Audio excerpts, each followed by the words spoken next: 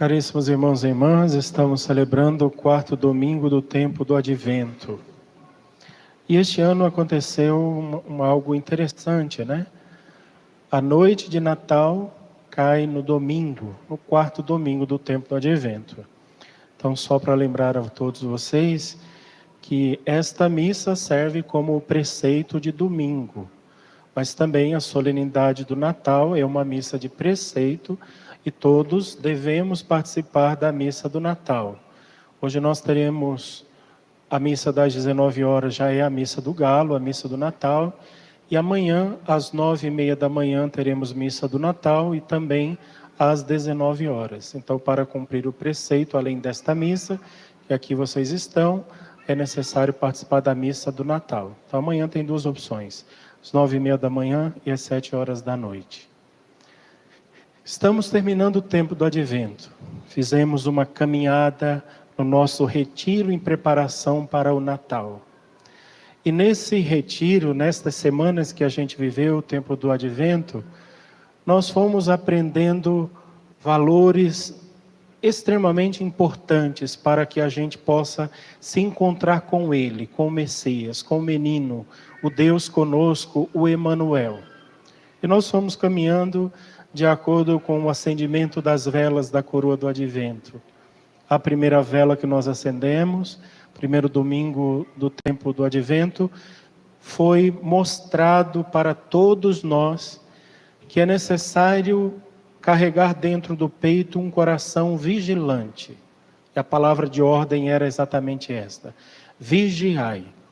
Vigiai porque não sabeis o dia e a hora em que o Senhor virá. Foi apresentado no Evangelho, inclusive, o Evangelho de um patrão que tinha os seus empregados, ele foi para o estrangeiro, quando voltou ele precisava que os seus empregados estivessem acordados e vigilantes. A vigilância, a primeira vela. A segunda vela foi a vela da esperança. A esperança que existia no coração de João Batista, foi o Evangelho sobre ele, dizendo que ele nasceu, a forma como João nasceu, a esperança, a expectativa do Israel antigo, a esperança que tinha no coração deles de encontrar o Messias.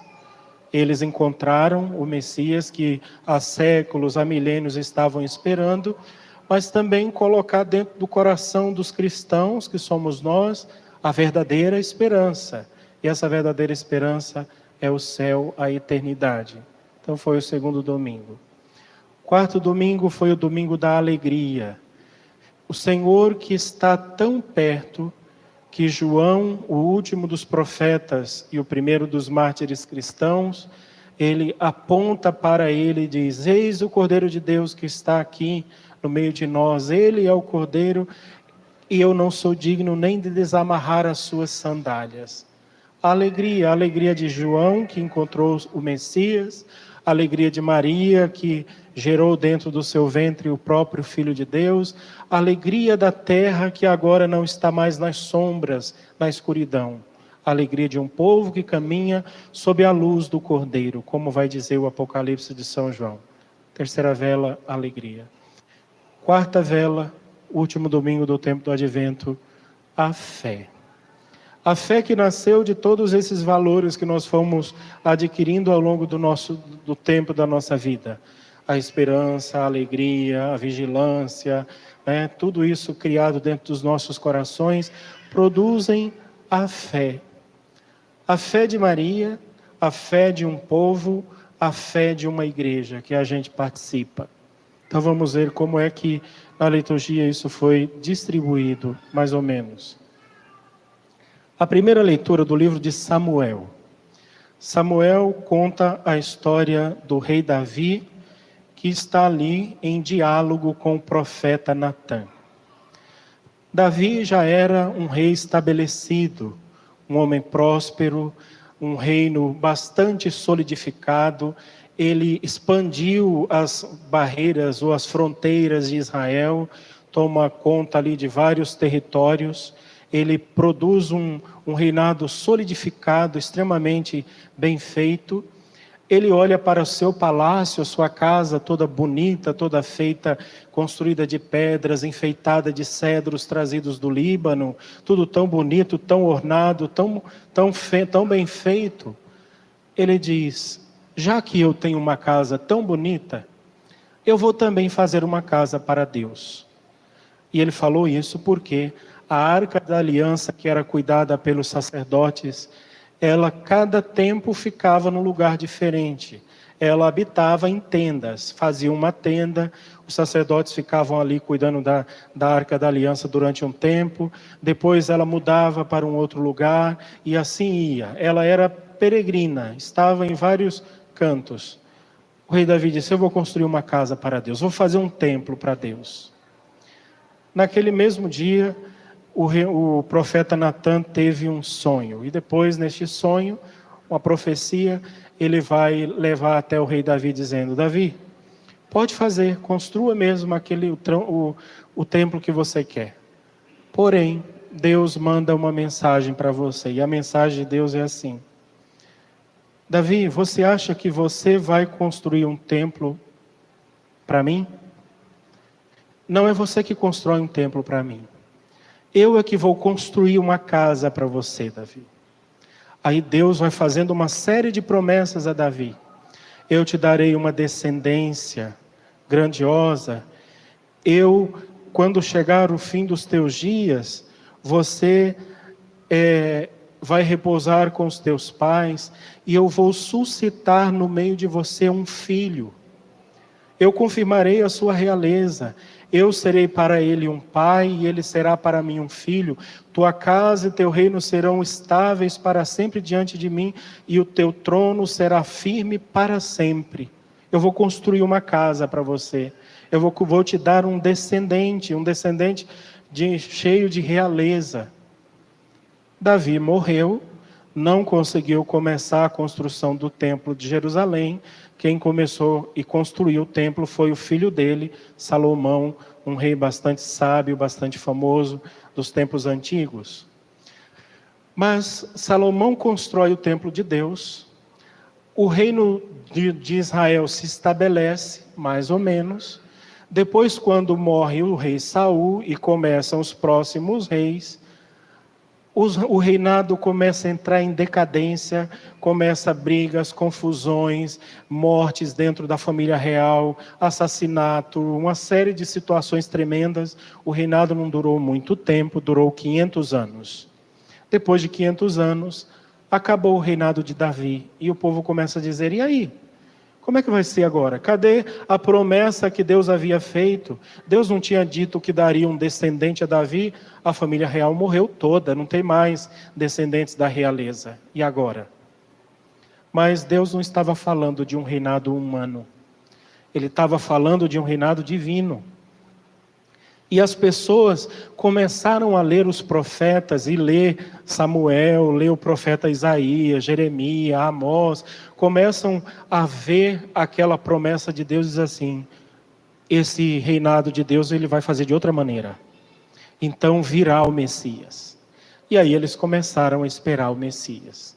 O profeta tinha dito que uma virgem conceberia e daria à luz um filho. E aconteceu exatamente isso. A fé de um povo se concretizou na Virgem Maria. E é por isso que o Evangelho de hoje coloca justamente o encontro entre Maria e o arcanjo Gabriel. E o Evangelho de São Lucas diz assim: naquele tempo o anjo Gabriel foi enviado por Deus a uma cidade da Galiléia chamada Nazaré, a uma virgem prometida em casamento a um homem chamado José. José era da descendência de Davi. Ele era da família, né, da família real, mais ou menos assim, os descendentes da família real. A Virgem Maria, quando recebe a visita do anjo Gabriel, ela se dá conta de que a fé de um povo se realiza nela. E é por isso que o anjo chega diante dela e diz: alegra-te, cheia de graça, o Senhor está contigo.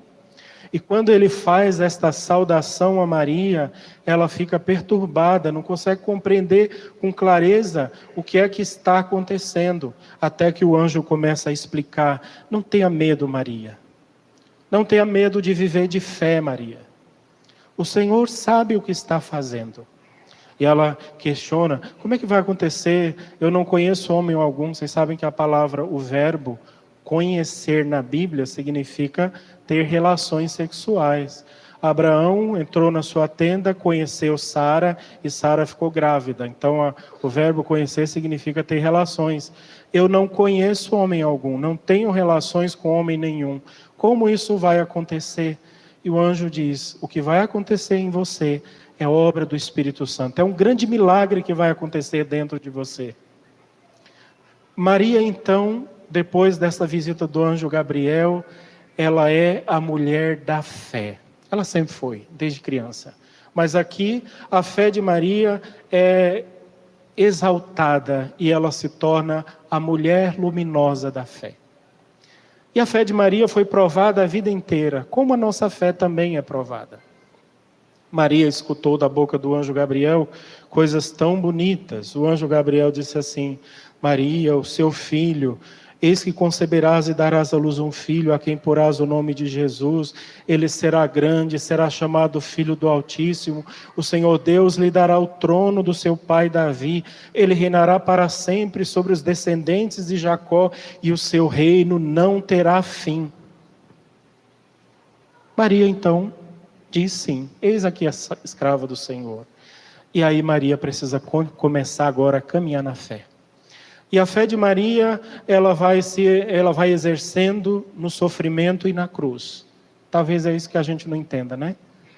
No sofrimento e na cruz. Primeiro, quando ela está para dar à luz, como nós vamos ver hoje no Natal, na noite de Natal, ela vai dar à luz o seu filho. Quando chega em Belém, não tem lugar que acolha Maria. Não tem hospedaria, não tem vizinho, não tem amigo, não tem ninguém. Para dar à luz ao Filho de Deus, ela vai para o curral onde ficam os animais. E dá à luz na estrebaria, no meio dos animais. Pega o seu filho, enrola ele em faixas e coloca no coxo dos animais, que nós chamamos lindamente de manjedoura, né? O coxo dos animais. Nasceu na pobreza de um curral. Quando o menino está ali, nos primeiros dias, o anjo aparece para José e diz, pega sua mulher e seu filho e vai para o Egito. Sai Maria da sua terra sem saber a língua egípcia nem coisa nenhuma e vai para lá, para uma terra estrangeira, fica lá morando, trabalhando, Deus sabe do que, durante vários anos, até que o anjo diz, olha, pega o menino e volta para sua casa. Maria pega o menino e volta para a terra de Israel. O menino começa a crescer e certamente Maria escutou muitas coisas. Escutou das vizinhas dizendo, Maria, seu filho é meio esquisito, né? Ele é estranho, né? Ele não é igual às outras crianças, ele tem alguma coisa errada. Esse menino não bate bem da cabeça. Ela ouviu tantas vezes, nós vimos nos evangelhos, os próprios familiares dizendo, quando Jesus começou a pregar o evangelho, Maria, seu filho está doido, vamos atrás dele, vamos trazer ele para casa, vamos juntar ele, todo mundo, vamos amarrar e trazer ele de volta para casa. Ele está maluco. Outros diziam, como que você pode, Maria, uma mulher viúva, né? Quando Jesus começou a sua pregação, Maria já era viúva. Você ficar atrás desse bando de gente doida, esse bando de pescadores, aí não sabe nem falar direito. Pedro era chucro, um tonto, né? Você vai atrás desse povo, Jesus pregando desse jeito, falando, você não tem casa, você não tem mais o que fazer da vida, não, Maria?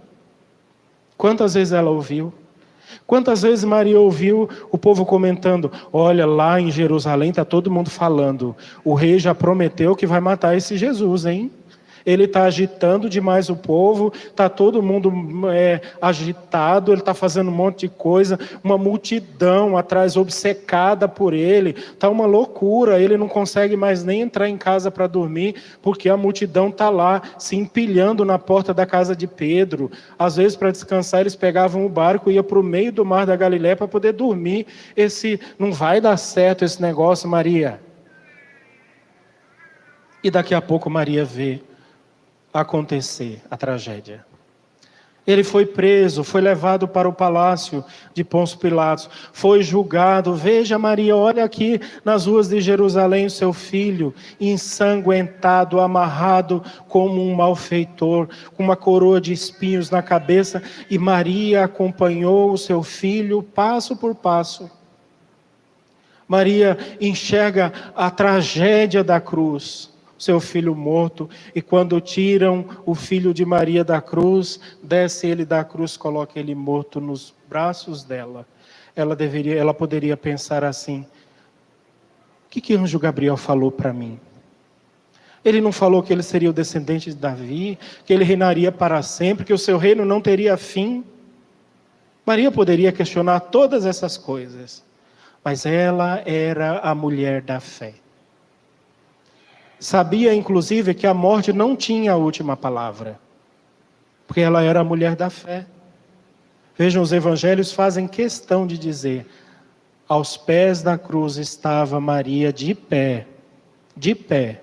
A Virgem estava de pé. Nós vemos no filme lá, A Paixão, que Maria Madalena se jogava no chão, tirava o véu, mostrava os cabelos e chorava. Maria de pé. Quando aconteceu aquela cena tão bonita, que ele foi flagelado na coluna ali no pátio do rei, quando tiram Jesus, carregam ele e as manchas de sangue ali no chão, o sangue derramado, ela pega umas toalhas e começa a secar e limpar o sangue, recolher todas as gotas, tudo ela precisava recolher. Não só porque ela precisava recolher que era o seu filho, mas ela recolhia o próprio Deus dentro de si. Isso era a fé de Maria.